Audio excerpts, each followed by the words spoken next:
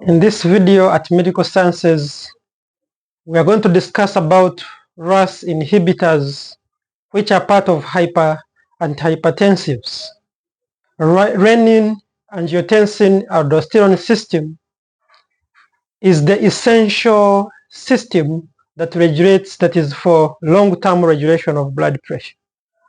So if we can inhibit RAAS, we can easily control blood pressure. And as we begin, if it is your first time, we urge you to go and subscribe so that you can continue to be notified. Like the video, then share to many others so that we can continue to grow together. So in this session, we are going to look at drugs like angiotensin converting enzyme inhibitors. We're going to look at angiotensin receptor blockers, and we shall look at renin inhibitors. All these work at controlling blood pressure, or what we call hypertension. But before we begin these drugs, we need to know RAAS in summary. We want to look at how RAAS works in summary. And RAAS, which is always, it begins with, if I have the kidney produces renin, and this renin is transported in the blood, which when it reaches in the liver produces a protein known as angiotensinogen.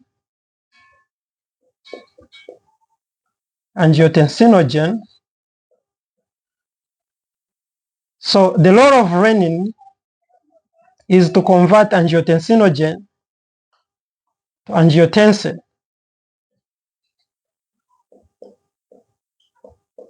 Angiotensin 1.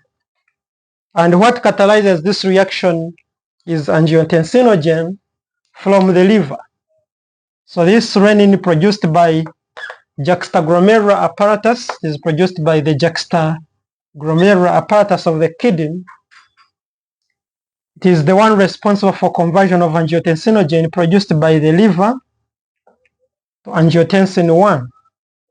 And this angiotensin 1 formed is transported to via blood, and as it is passing through the pulmonary circulation, there is a hormone, it is not a hormone, but an enzyme produced by the lungs. And this enzyme converts angiotensin 1 to angiotensin 2.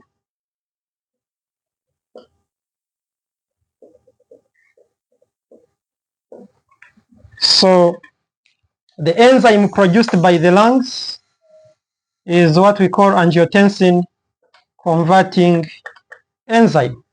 This one is produced by the lungs. So this tissue enzyme, that is angiotensin converting enzyme, is the one that has the ability to convert angiotensin 1 to angiotensin 2. And this angiotensin 2 formed has multiple receptors. One, it can act directly on the blood vessels, smooth muscles of the blood vessels, and it is responsible for causing vasoconstriction. This one causes vasoconstriction.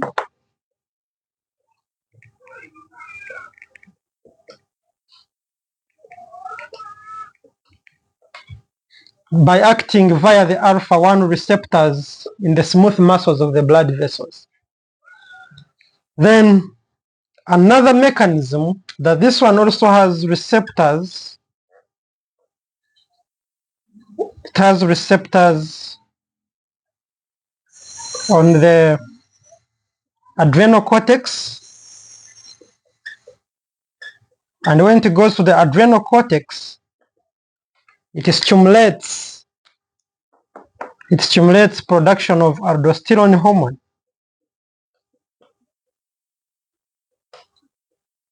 And this aldosterone hormone, it has its receptors in the DCT, that is distal convoluted tubule of the kidney, increasing sodium reabsorption.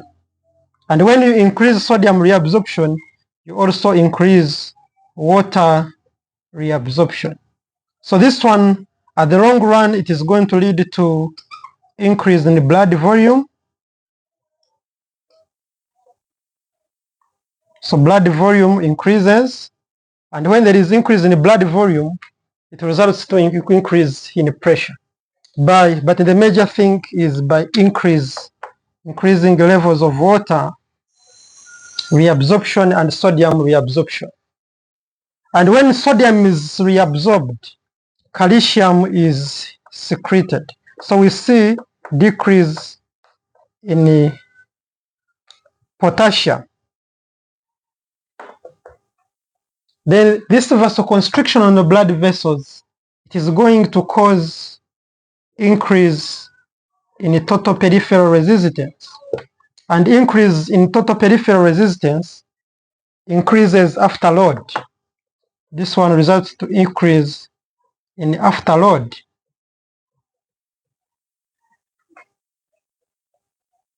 So that is what we can see about this. Then this one, increase in blood volume increases preload. So preload is also increased by the blood volume. So we are saying that this system increases both preload and afterload. So this is the normal physiology of the renin, angiotensin, aldosterone system, which is always very easy to memorize as a student. So after understanding the action of this, we want to see drugs which inhibit this system, because we are seeing the result of increase in preload and afterload. That is due to increase in total peripheral resistance and increase in the blood volume. Together with vasoconstriction, they lead to increase in the blood pressure, which leads to hypertension. But now we want to treat hypertension. How do we go about it? Either we can get a drug that inhibits production of renin, and the renin inhibitors, we're going to see those drugs. If we don't block this, we can also see another way how we can block this by getting ACE inhibitors, angiotensin converting enzyme inhibitors. They can also help us to regulate this pathway. Or we can get another drugs which bind on the receptors where angiotensin 2. So we can also look at the receptor blockers.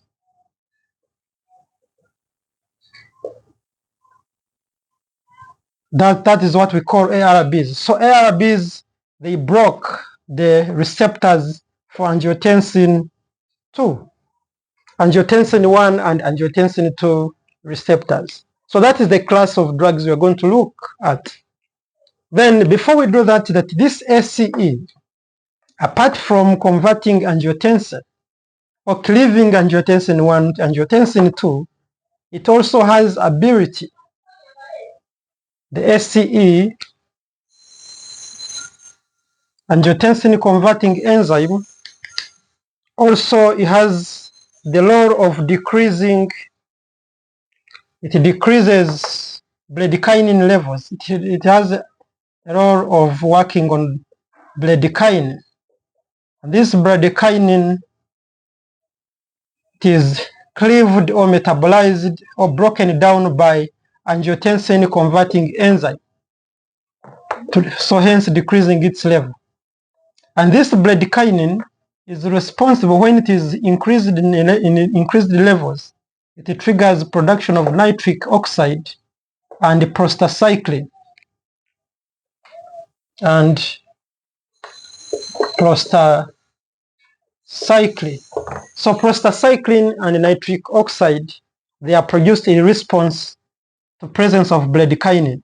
So what angiotensin converting enzyme do, they break down this bradykinin, hence leading to decrease in production of nitric oxide and decrease in prostacyclin. Because we know these ones are strong vasodilators, they cause dilatation of the blood vessels. And remember, the role was to increase the blood pressure.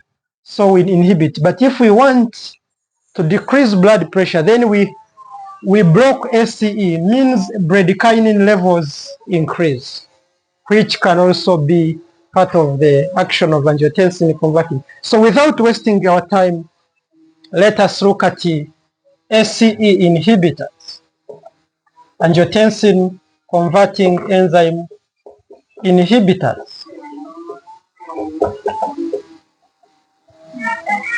So these inhibitors, they are responsible for their mechanism of action. But before we look at the mechanism of action, let us look at examples. So examples include, all of them end with the suffix "plir". So if we find a drug which ends with "plir", suffix "plir", that one is an ACE inhibitor. And examples include captopril,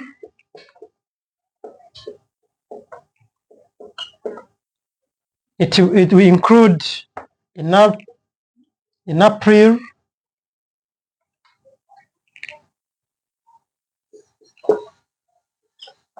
we have lisinopril, all those which ends with pril. We can have other examples like fosipril, we have ramipril. So all the drugs that end with that word, fandopril, perindopril, we have perindopril, and so forth. So these are some of the examples of angiotensin converting enzyme inhibitors which end with the suffix "pril". And these drugs, they are taken by oral. Their route of administration is oral route. And these are always the prodrugs. They are prodrugs with exception of captopril. Others are prodrugs. With captopril and lisinopril, these are active, but others are prodrugs which are metabolized in the liver into their active metabolite. There is another example like enalapril.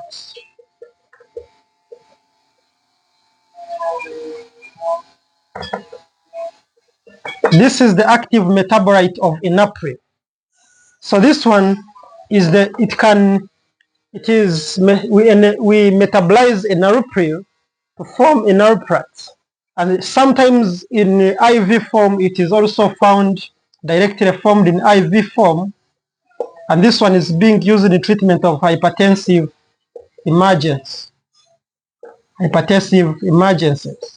It is the only ACE inhibitor which exists in IV form. Others are given orally, but this one is given parenteral. That is what you need to note about ACE. And their mechanism of action is that they broke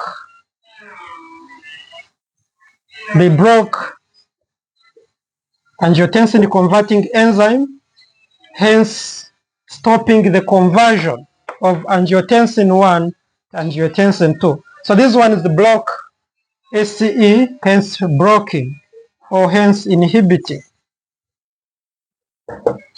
the conversion. They inhibit conversion of angiotensin 1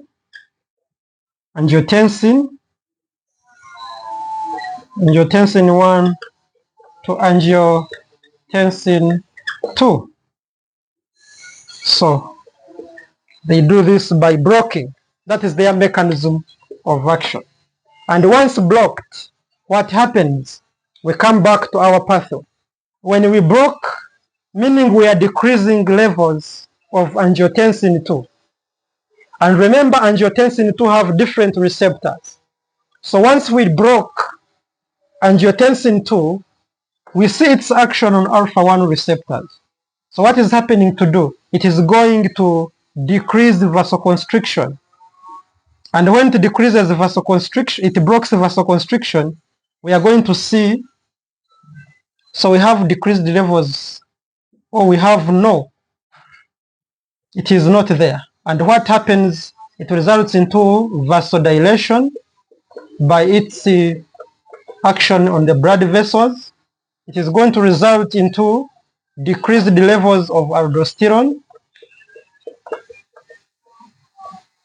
And we know when aldosterone is decreased, this decreased vasodilatation leads to decrease in the total peripheral resistance. And when we decrease total peripheral resistance, we decrease afterload. We decrease afterload. That is one thing that happens. Hence, when afterload is decreased, this one results into decrease in blood pressure. Then another thing we are going to see is this aldosterone, decrease in aldosterone levels due to blockage of due to lack of angiotensin 2, which triggers the adrenal cortex to release aldosterone hormone. Once it is reduced, it leads to decrease in sodium reuptake. And decrease in sodium reuptake leads to decrease in water reabsorption, hence leading to decrease in blood volume. Blood volume decreases, leading to decrease in preload. So preload decreases. So we are seeing the result of these drugs. They decrease, instead of increasing total peripheral resistance, they decrease total peripheral resistance, they decrease afterload, they decrease blood volume, they decrease preload. And the end result is they decrease blood pressure. And our aim is to treat hypertension. So, in summary, these drugs act by, these ones, they decrease blood pressure by decreasing both afterload and decreasing preload. And this one is going to be beneficial in treating various heart diseases. So this is how these SCE work, by decreasing both peripheral resistance, that is afterload and preload, due to blockage of angiotensin converting enzyme. And these drugs, we are going to see their indication at once. So before we look at the indication, because indication of SCE is the same as ARBs, so let us look first on the second one, which is ARBs, angiotensin receptor blockers. And these angiotensin receptor blockers, examples include, these ones, they end with suffix Saturn. So if you meet a drug ending with suffix Saturn, those ones are angiotensin 2 receptor blockers. And examples include losartan. Losartan, we have condensartan.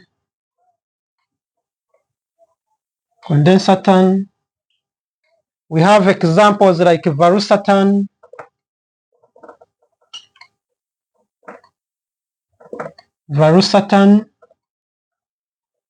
We have other examples like ibesartan.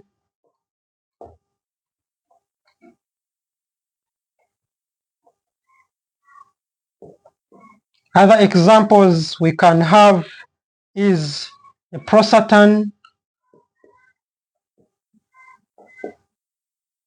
So all these are examples of angiotensin receptor blockers whereby their mechanism of action, this one is their mechanism of action. For them, they target the end product. So for them, they are acting at the distal end. We have seen ACEs decreasing after load, preload. But another thing I have not told you about ACEs is that they are going to block the breakdown of bradykinin. So what happens is that these ACEs still, they break the decrease of bradykinin, leading to increased bradykinin levels. And when bradykinin levels increase, we increase nitric oxide and we increase prostacyclin, and these ones we said they are responsible for causing vasodilatation. So this vasodilatation is brought about by blocking the action at the blood vessels, at the same time increasing levels of bradykinin, which increases nitric oxide, and prostacyclin, which increases the vasodilatation. That is another thing we need to note here, that they increase levels of nitric oxide and prostacyclin, which are strong vasodilators. These ones are also dilators. So, but with ARBs, for them, they broke the receptors. This one is broke angiotensin 1 and angiotensin 2 receptors. These receptors are found in the blood vessels. They are found in the DCT. Now they are found also on the adrenal cortex. Here, whereby we have alpha-1 blockers that act under G2. So if these receptors are blocked by these ARBs, we see there is no action. We shall see when they are blocked, there will be vasodilatation. There will also be decrease in aldosterone production, which leads to decrease in sodium reabsorption, which results into decrease in blood volume, because this decrease in sodium also decreases water reabsorption. So much of sodium and water are excreted in urine, hence decreasing blood volume. And at the long run, they are causing also decrease in total peripheral resistance and decrease in preload. Preload decreases, and also this one leads to decrease in afterload. Afterload also decreases, leading to decrease in blood pressure. So the difference between ARBs is that these ARBs, for them, they don't. I want you to note this, that these ones do not increase bradykinin levels. Do not increase bradykinin. So meaning they don't decrease nitric oxide and prostacyclin, so we don't have that effect of angioedema and dry cough with ARBs. So because of this, for them, they don't cause dry cough. We don't see dry cough, and we don't see angioedema.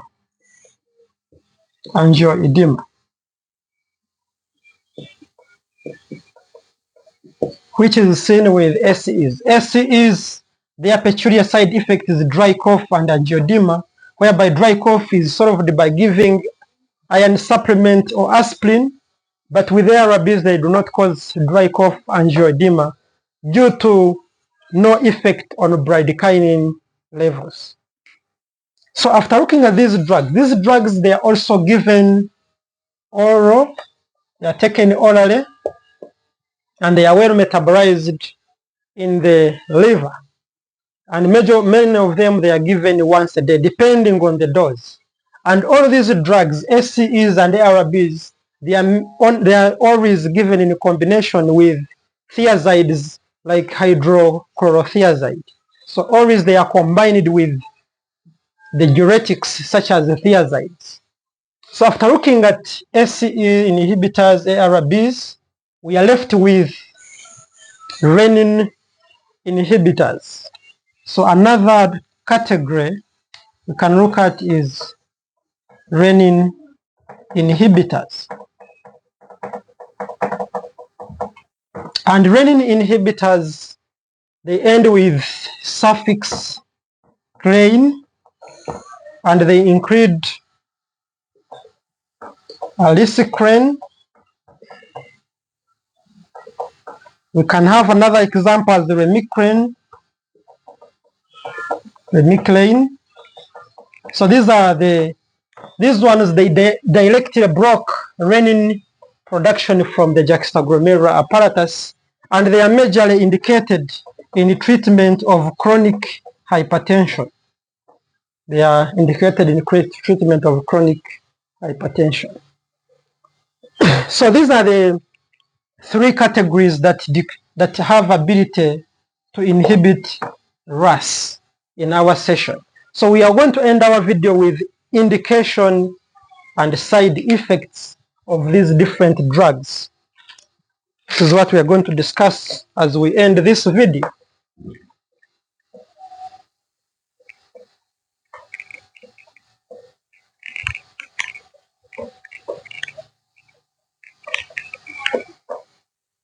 So we are going to see that indication, we said indication for renin inhibitors, we have seen chronic hypertension, but with ACEs and ARBs, they have the same indication whereby we use them in treatment. We are indicating them in the treatment of hypertension in patients with chronic kidney disease. So ARBs and ACEs are being used in treatment of hypertension in patients with chronic kidney disease. We can even treating hypertensive patients with diabetic neuropathy. These are the drugs of choice for treating patients with this condition. Hypertension accompanied with chronic kidney disease together with diabetic neuropathy. And these drugs, especially the ACEs, we are going to see ACEIs, those are inhibitors. They have ability to decrease albuminuria. So patients with albuminuria, which is always in diabetic neuropathy, these ones, ACEs, become the first line in treatment of diabetic neuropathy, followed by ARBs. But ARBs do not decrease albuminuria, or what you can call proteinuria. Then another indication of ARBs, we can use it in treatment of hypertensive patients with heart failure. Patients with heart failure, why? Because they are able to reduce, they decrease afterload. They decrease afterload and preload. Therefore, they become the drugs of choice in treatment of hypertension in people with heart, or treatment of heart failure. Because if the heart is failing, then you decrease the volume of blood coming in, and the volume of blood, you decrease total peripheral resistance. The heart is able to pump normally. Then we are also can be used in treatment of immediate myocardial infarction. And also they can be used in treatment of patients at risk of developing coronary artery disease. So these are majority of the indications we can use for ARBs and ACEs. They are always used, but remember I told you they are used in combination with thiazides, like hydrochlorothiazide. So these are the indications of ACEs and ARBs, which are the first line in the treatment of hypertension with these underlying diseases, including also heart failure, myocardial infarction, and chronic artery disease. So after looking at the indication, what are the side effects, or what we call adverse reactions, ADRs? And one of the adverse effects we saw, there is a risk of dry cough. There is a dry cough.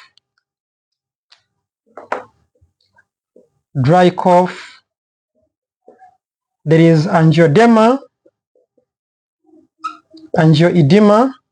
and these ones are peculiar with ACE inhibitors. We said ARBs do not cause angioedema and dry cough because they have no ability to increase the bradykinin, because bradykinin are the one that trigger that production. So this one is peculiar of SCIs. How do they cause this? The dry cough and angioedema is due to increased levels of bradykinin. Bradykinin, they have ability to induce vasoconstriction in the bronchioles, hence leading to dry cough. Then angioedema due to its vasodilatation on the smooth muscles of the blood vessels. Then other side effects, we can see fever, we can see pain, we can see drowsiness. This one is peculiar of SCIs due to bradykinin levels. Then we can also, hyperkalemia is there. They can lead to hyperkalemia. That is increased levels of potassium. So sometimes we can always give it with potassium sparing diuretics like spironolactone in case of hyperkalemia.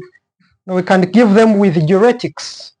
Sorry for that. We can also give them with diuretics, so that diuretics, when you give loop diuretics like thiazides, they are able to increase loss of potassium. These ones, they can also lead to increased levels of creatinine. So it is always important to the patients who are taking SCEs and ARBs, we should always do renal RFTs to look at the creatinine levels. If the levels increase beyond 3.5 milligrams per deciliter, we should always take care of that, because it can lead to kidney failure also. So these are the major contraindication, major adverse reactions or side effects of patients using ARBs. And another side effect is that they are teratogenic. These ones are teratogenic. That is SCEs and ARBs. So contraindicated in pregnancy. So they are contraindicated, so contraindication. We are going to see that under contraindication, you are not supposed to give these drugs in pregnancy because they are teratogenic. They can cause effects on the fetus. You are not supposed to give it to patients with hypersensitivity reaction, allergic reactions, due to increased levels of bradykinin, especially SCE inhibitors. Then they are also contraindicated in patients with creatinine level above 3.5, greater than 3.5 milligrams per deciliter. You are not supposed to give such a patient SCEs and ARBs. So these are some of the contraindications of these drugs. So as I end this video, we have looked at different classes, that is SCE inhibitors, which end with the suffix "-, we have seen ARBs, which end with the suffix "-", and we have seen renin inhibitors, which end with the suffix "-", and we have seen their mechanism of action, the indication, adverse reactions, and contraindications. So this is what we can discuss with you in this video. Hope you guys, you have gained a lot from us, and always keep on our channel. More are still coming on antihypertensive. Thank you so much, and may all God always bless you.